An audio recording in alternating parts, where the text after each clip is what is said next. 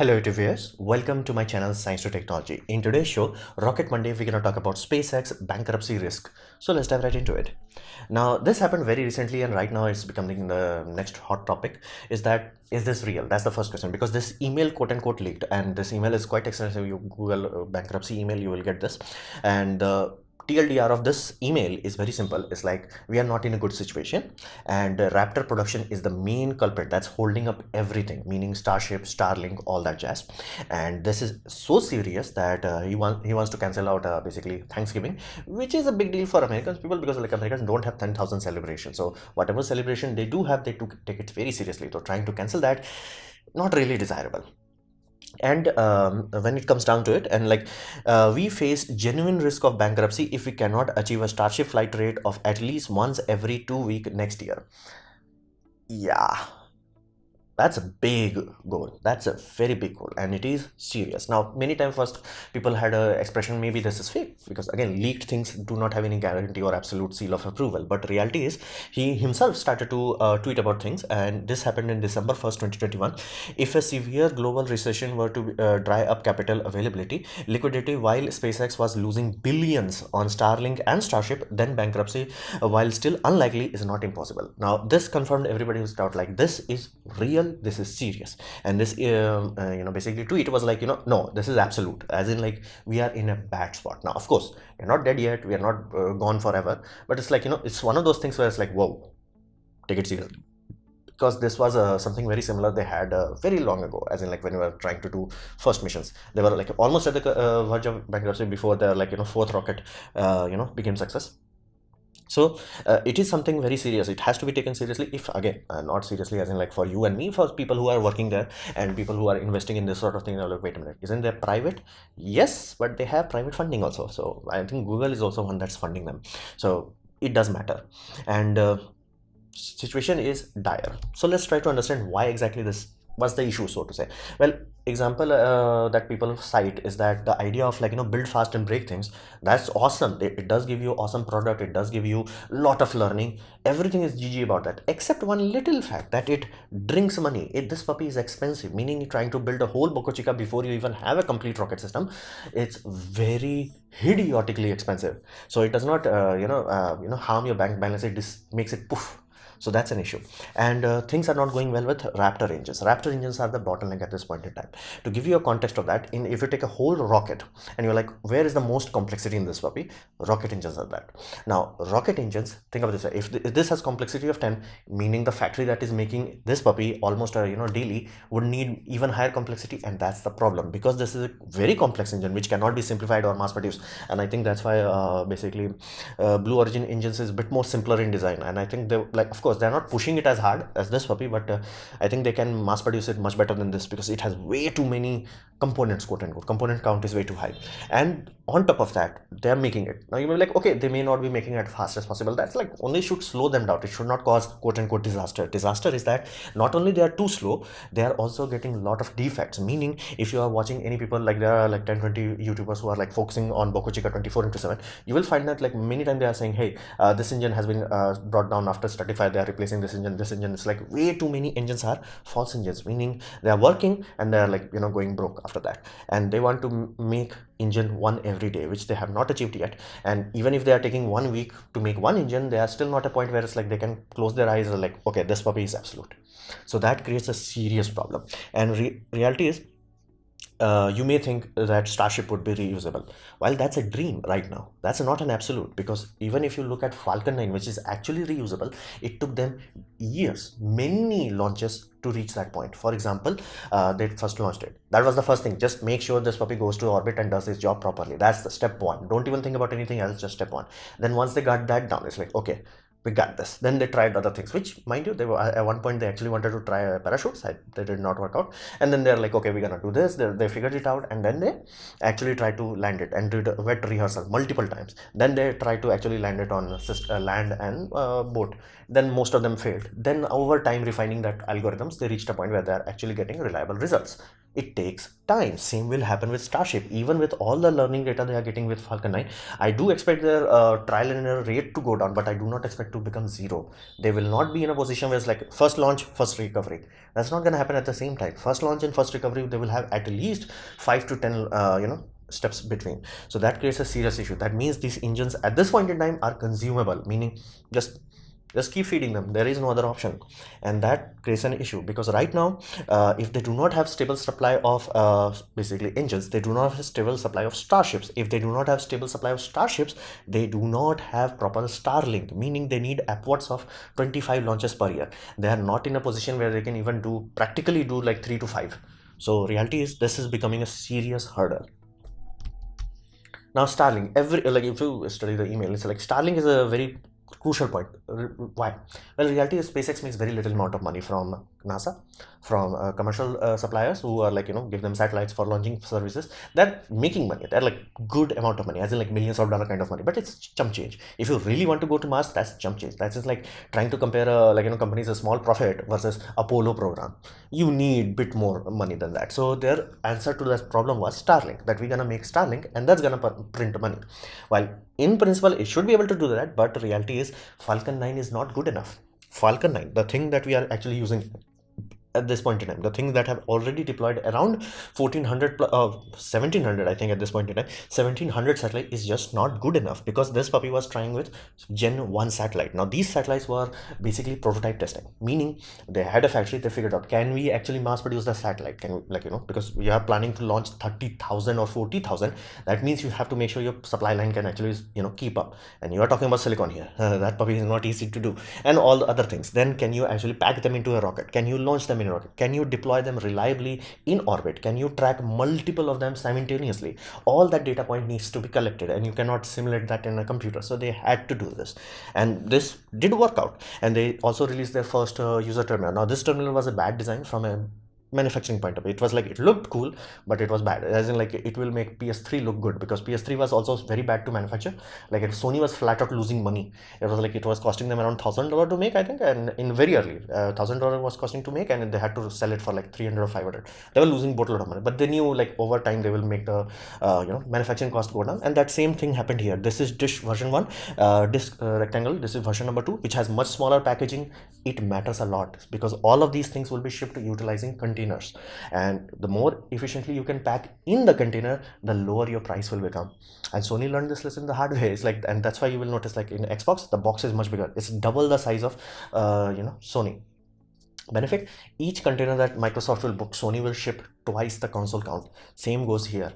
That's why they had to make it smaller, they had to make it cheaper. And circular PCB, that's like, no, that's just like, no, you do not make circular PCB, flat out, you do not make them. Like, unless they are this small.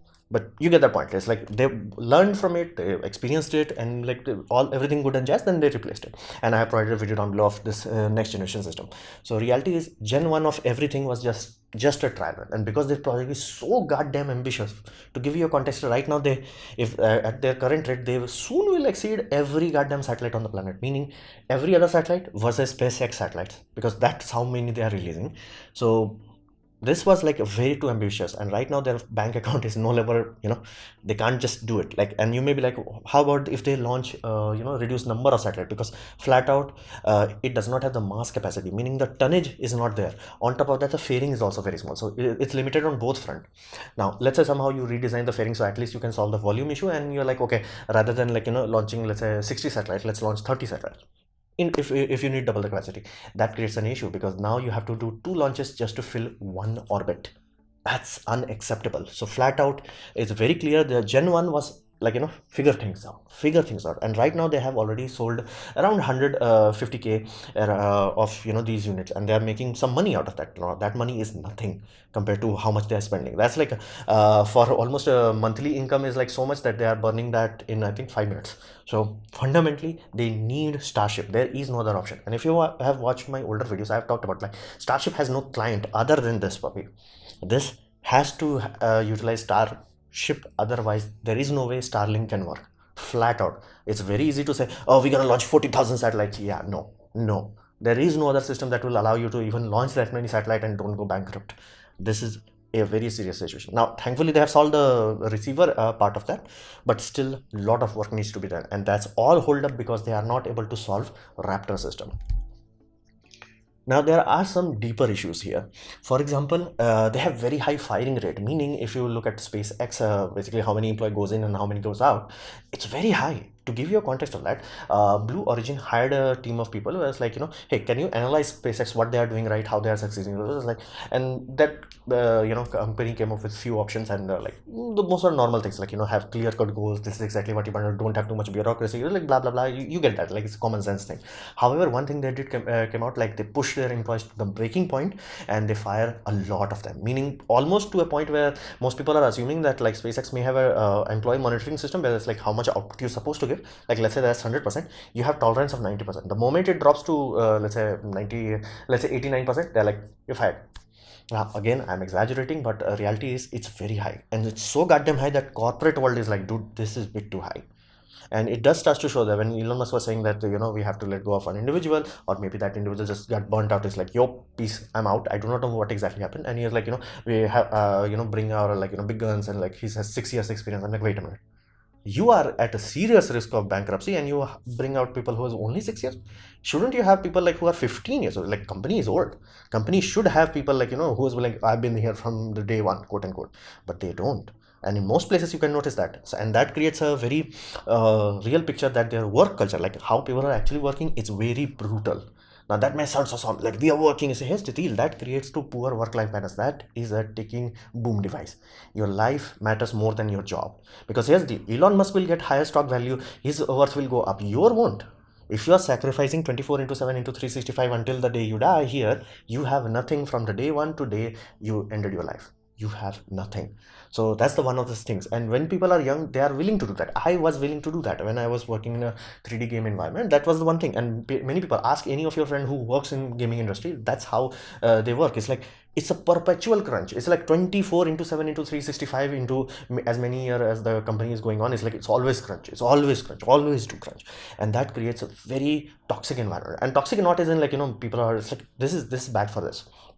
And people just when you're young, you are driven and you do not know anything, because again at first you're like, hey, would I actually get any job? Like I know, and many people who have student debt, they're like, dude, I will work my ass off. Heck, I will compromise my spine. I have done that, so I know that from experiences. Like, don't compromise that. If your body is telling you, physically paining you to do the job, let that job go, because your body will stay with you longer than the job will.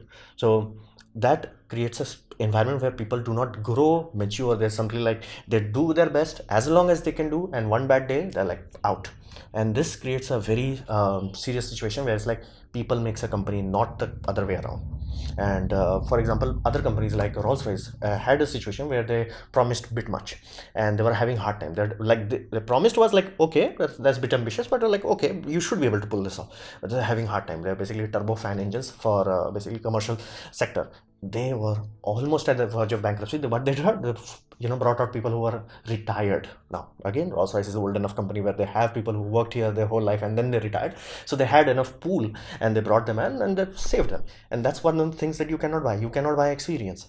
So having a culture where it's like, oh, your performance is a bit low, gone. Because you have to understand, every time you just let go of someone, that creates a bit of uncertainty even on the employees who are good in performing.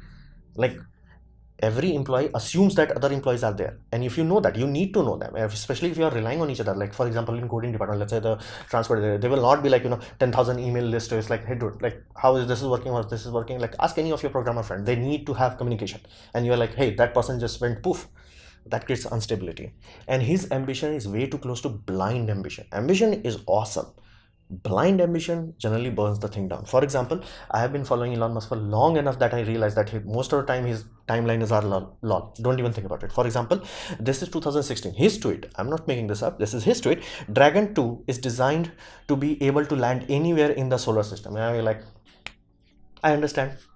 Which, mind you, Dragon 2 at that point in time, they were thinking about having landing legs, which has been scrapped after that. And Red Dragon Mars mission would be first test flight. Here's the deal. That never happened. This is the time where he was claiming he's gonna land on 2020 on Mars. That did not happen. And that's the reality of it. Every time you create a timeline that you miss, after a while people will stop believing you, and that belief part is important, especially for investors and even for the people who are working there. Because at 4 years, you, let's say you are like, hey dude, he's gonna land on Mars in 4 years, you're working your ass off, you're literally becoming physically sick trying to do that, and after 4 years you wake up one day, it's like, wait a minute, it's gonna take 4 more years, bye, I'm out. And that's when there was a comparison between NASA and SpaceX, and they were showing like SpaceX very young faces. That made sense, but that was 10 years ago. Now it should not, like SpaceX, a mean age, basically the amount of people who are working there for 10 years or 20 years should start to fill up. That's not happening. So there are some deeper problems. People who are working under him, they're like, yeah, unless you are best of the best of the best of the best, good luck with that. And you might like, oh, that's just desirable. Yeah, good luck finding 20,000 people who are best of the best of the best of the best, and they stay in that position. Because here's the deal: sacrifice your personal life will come with a vengeance. So what does the future hold here? Well, let me be very damn clear. SpaceX is safe. It's not stable, but it is safe. Meaning it's not gonna go disappear. The moon projects won't go poof. The Mars mission, Starship, Starlink, they're stable. Because right now he has a cash cow known as Tesla. Now you have to understand that Tesla was in a very bad position when they started to selling the stocks around early 2010. It was $3.8. Right now they are at $1,000. So I'm pretty surprised if somebody had bought Tesla stocks and then they forgot about it. Like let's say they bought 100 stocks, they forgot about it. Right now they were like swimming in money. So they have more than enough money. Don't even worry about it. It's like Elon Musk has enough worth to fund the system, but he should not need to do that. He should not need to sacrifice one company to save another. Especially basically SpaceX, because SpaceX was doing so much better. SpaceX was doing so much. Tesla is like Tesla had issue after issue after issue after issue after issue, but SpaceX was doing fine. Yeah, it was a bit behind schedule, but it was like it was doing things. It got a NASA contract, it got military contracts, it got multiple commercial projects. Even Starlink started to work. So it was like, dude, smooth sailing. But that smooth sailing was like, basically they were pushing their engine to 100% RPM 100% of the time, and engine is like, I'm out. So this flat out shows he does not plan well. Like again, this was like images that were being showed at that time. You see landing legs in Dragon 2. It was like, the company is aiming for 2080, but now looking to 2020. This article was released in 2017. Like he's very close to blind ambition. And again, he's not dumb enough that he does not know that it cannot be done. But again, people who are young, who do not have anything, if you show them this sort of timeline, it's like, hey, we're gonna do this in 4 years, but I want 100% of your soul for 2 years. They're like, okay, I'm giving you. It's just like once they wake up, it's like that shock that hits you. It's like, no, it will take another 4-5 years. Many times people are like, dude, it's like, here's the deal, I'm not gonna be Bill Gates. Let's be real. I'm not gonna be Bill Gates, I'm not gonna be Jeff Bezos, I'm not gonna be anyone. I'm gonna be no one. And if I don't even have my personal life, I don't even have my family, I don't even have my loved ones or even my children, what was the point? Like, what did I gain from this much sacrifice? So people live. Like same thing happened with the people who were working in Harry Potter's. Like the first, I think first two directors, he realized that if he had to do the whole series, he will mess up his children growing up. So he was like, nope, I'm out. So you have to understand that people matter, and loss of confidence from investor point of view will have some impact. And even investor from Tesla, they will like, no, why the heck they will have? Here's the deal: every time Elon Musk sells his share, he also loses a little bit of control. Shares are not free; they do not grow on trees. So there is a serious risk. Like if he has to keep sacrificing, he's not Jeff Bezos. Jeff Bezos, all the basically companies he made, they are printing money. Like Amazon Web Services, they're like, bro, we print some money, and Amazon, let's not even talk about it, how much money that makes. So reality is like from Jeff Bezos point of view, he's the biggest at what he does. Tesla is not the biggest auto company right now. It does have evaluation but does not have the real value. Basically Ford is like, bro, how many cars you sell? Like we have one model that sells more than that, and that's per year. So realistically, while they're good, they're not best yet. While Jeff Bezos, whatever company he makes is the best. There is no other company that can even compete against Amazon. There is nothing that comes even close to competing against this puppy, basically. Amazon Web Services and even Blue Origin, when they are finally doing that launch thing. Look at this. Like right now, basically Virgin Galactic is like, we're gonna do space tourism. They did one mission, and Blue Origin soon would be doing its third launch, and they're still waiting for next year for doing that. So that gives you cadence understanding. It's like Jeff Bezos, no matter like how much people hate him, he does know what he's doing. And Elon Musk is like, we're gonna do this in 2018. No. 2020, hell no. 2024, please, not happening. I'm like, you would be ludicrously lucky if you actually manage to have an actual moon mission, like even a trial mission around the moon in 2024. So That's the reality of it. So be mindful, they are safe, but it does show like their foundation is not as rock solid as people thought. So this was my presentation on basically SpaceX bankruptcy news. Hopefully you have liked it, learned from it. In that case, please click the like button, share it amongst your friends. That will help me a lot. If you didn't like it, didn't enjoy it, I urge you to press dislike. But there is no point in it as YouTube does not show it anymore. So I'm sorry about that. Comment. I do try to reply to all of them. Subscribe, press the bell icon if you're free. And as always, thanks for watching.